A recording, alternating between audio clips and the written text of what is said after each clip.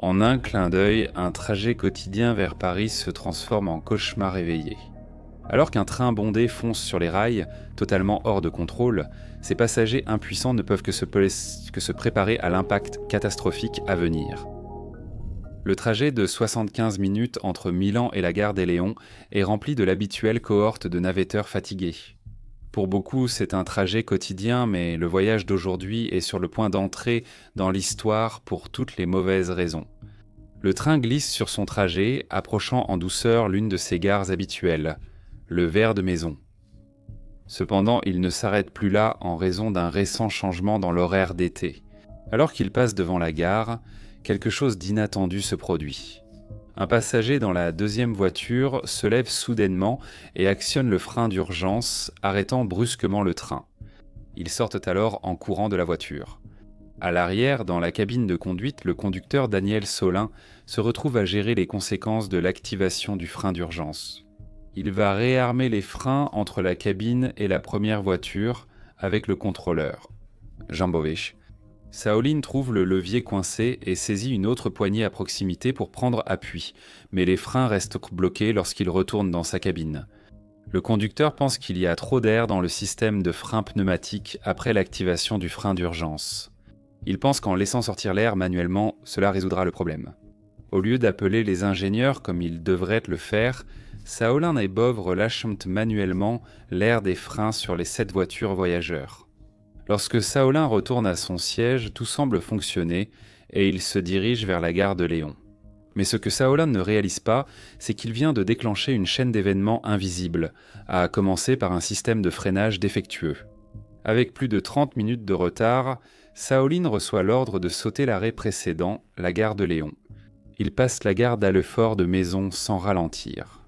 Une décision cruciale qui ne sera révélée que plus tard. À la gare de Léon, un train sur la voie 2 a été retardé car le conducteur n'est pas encore arrivé. La voiture de tête étant près de l'escalier principal vers le quai souterrain, la plupart des passagers s'y sont installés. Alors que le train en partance attend, encore plus de passagers que d'habitude y montent, remplissant la voiture de navetteurs frustrés. Le train de Saoline, en direction du quai 2, dévale maintenant la pente vers la gare des Léons à plus de 100 km à l'heure. Un signal d'avertissement incite le conducteur à ralentir, annonçant la descente imminente dans la gare. Mais lorsqu'il actionne les freins, il fait une découverte terrifiante. Ils fonctionnent à peine, ne ralentissant le train que de 60 à 28 miles à l'heure. Bientôt, la gravité prend le dessus sur les freins, ce qui fait accélérer à nouveau le train.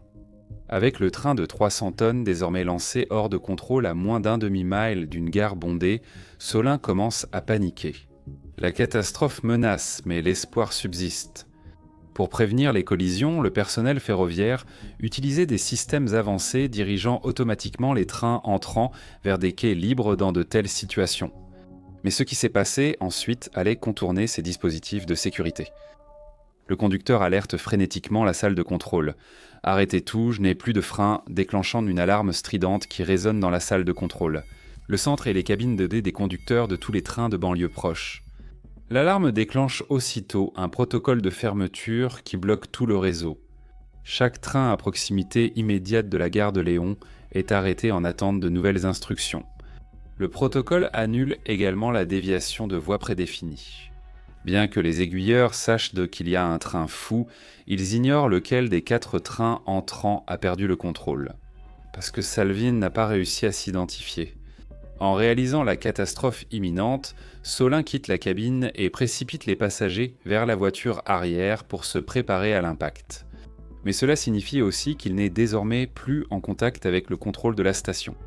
Pendant ce temps, à la gare de Léon, le chef de train du départ est enfin arrivé. Mais l'alarme aiguë a perturbé toutes les communications, laissant lui et le conducteur inconscients du danger imminent.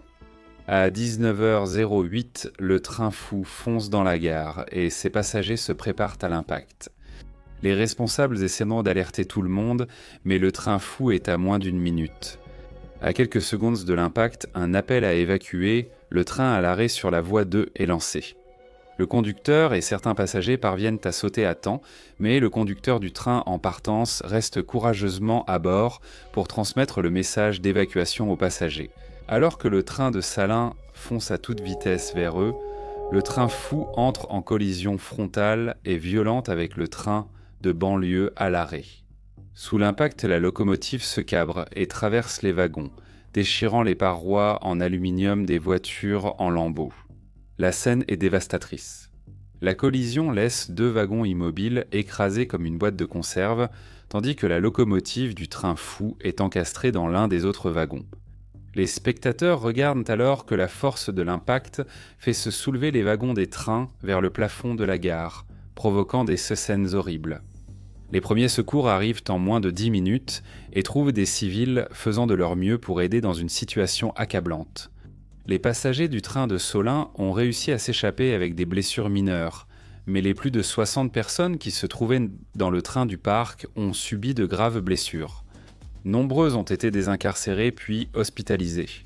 Tragiquement, certains ne peuvent être libérés qu'en laissant des membres derrière eux. Alors que les secouristes séparaient dans les trains, les Parisiens se demandaient comment les protocoles de sécurité avaient pu échouer si gravement et ce qui avait causé la tragédie. Une enquête a tenté de répondre à ces questions en se concentrant sur les raisons pour lesquelles les freins ont échoué, pourquoi les mesures de déviation n'ont pas fonctionné et pourquoi les passagers sont restés dans l'ignorance. Au départ, un acte terroriste a été suspecté. Les soupçons ont augmenté quand les enquêteurs ont découvert la fermeture de la vanne principale de frein. Cela a coupé l'air comprimé, rendant les freins inutilisables pour toutes les voitures derrière la cabine du conducteur. Bien que la piste terroriste soit évoquée, les enquêteurs estimèrent qu'il fallait une expertise du système de freinage pour agir ainsi. Ils se sont vite focalisés sur l'identification de la personne ayant actionné le frein d'urgence, sollicitant l'aide du public. Finalement, une mère de 21 ans s'est manifestée. Elle prenait le train pour récupérer ses 3 enfants à l'école. Mais ne sachant pas que le train ne s'arrêtait plus à Leverdemaison à cause du nouvel horaire, elle a tiré sur le frein d'urgence de façon impulsive pour éviter que ses jeunes enfants attendent seuls. Ces actes ont été jugés irresponsables mais non malveillants, et elle a été condamnée à une amende pour avoir tiré sur le frein d'urgence. Cependant, un examen plus approfondi d'un entretien antérieur avec Solin permettrait de révéler des détails cruciaux. Après l'activation du frein d'urgence, il a tenté de le réinitialiser à l'arrière de la première voiture, posant la main sur le frein principal. Soupape de tuyau pour plus de levier. Ce faisant, il a accidentellement fermé cette vanne cruciale sans même s'en rendre compte. Mais cela, à son tour, a soulevé des questions sur la façon dont le train a exactement été remis en marche. Malgré le mécanisme de sécurité conçu pour verrouiller les freins lorsque la vanne principale est fermée, Solin a réussi à redémarrer le train avec l'aide du chef de train. En déverrouillant chaque frein sur les wagons, il ignorait que la vanne principale étant fermée, il était impossible de recharger le système de freinage en air. Cela signifiait que seule la première des 8 voitures du train disposait de freins. Pourtant, malgré le freinage limité, les enquêteurs ont constaté que des occasions cruciales d'arrêter le train à grande vitesse ont été manquées. Les régulateurs de la gare ont ordonné à Salin de passer outre Maisons-Alfort et de se diriger directement vers la gare des Léons pour rattraper le temps perdu. Cette gare Maisons-Alfort se trouve sur un terrain plat, à seulement quelques kilomètres avant la forte descente vers la gare des Léons. Si le conducteur n'avait pas eu l'ordre de passer la gare, il aurait pu détecter le problème de frein et arrêter le train en toute sécurité en coupant l'alimentation. Ajoutant à la liste croissante d'erreurs humaines, Saoline a négligé d'utiliser le frein électrique du train. Il a déclaré que les conducteurs utilisaient peu les freins électriques à cause de leur manque de fiabilité et de l'usure rapide des plaquettes. Donc il ne lui est même pas venu à l'esprit de l'utiliser. Lorsqu'il a activé une alarme dans la cabine, Saoline ne s'est pas identifié ni n'a indiqué sa position. Ce qui a embrouillé les contrôleurs qui essayaient de gérer plusieurs trains et de déterminer lequel avait un problème. Les choses ont empiré quand Saoline a quitté la cabine, seul moyen de communication avec le contrôle de la station. Donc, lorsqu'il ne répondait pas à leurs appels, la situation devenait encore plus chaotique. La procédure générale de fermeture, déclenchée par son alarme, a désactivé les itinéraires préprogrammés, empêchant le train de se dévier automatiquement vers une voie libre, ce qui a conduit à la collision sur la voie 2. Au fil de l'enquête, il est apparu que les vrais problèmes venaient ensemble d'erreurs humaines, de mauvais jugements et de protocoles de sécurité négligés. L'Agence nationale des chemins de fer a réagi à la tragédie en réformant la sécurité. Installation d'interphones avancés pour relier passagers et conducteurs, freins d'urgence réservés aux conducteurs, formation renforcée et réseau radio modernisé pour améliorer la sécurité ferroviaire. Les conséquences droit de la collision ont laissé une ville en deuil, de la mort de 56 personnes. On pense que toutes les victimes étaient des passagers du train en attente sur le départ.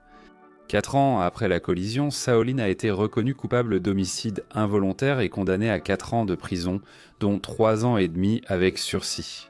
Il a purgé 6 mois. Le chef de gare ayant retardé le train a aussi été condamné pour homicide involontaire à 2 ans de prison avec sursis. Le chef de station a été acquitté de la même accusation. La compagnie ferroviaire d'État a également été acquittée, mais elle a été condamnée à verser la majeure partie des dommages civils réclamés par les survivants et les familles des victimes. La catastrophe de la gare d'Élan a révélé le coût humain de la négligence qui a conduit à l'une des pires catastrophes ferroviaires d'Europe. Regardez cet épisode ensuite. Si cette vidéo vous a plu, merci de liker et commenter pour soutenir la chaîne.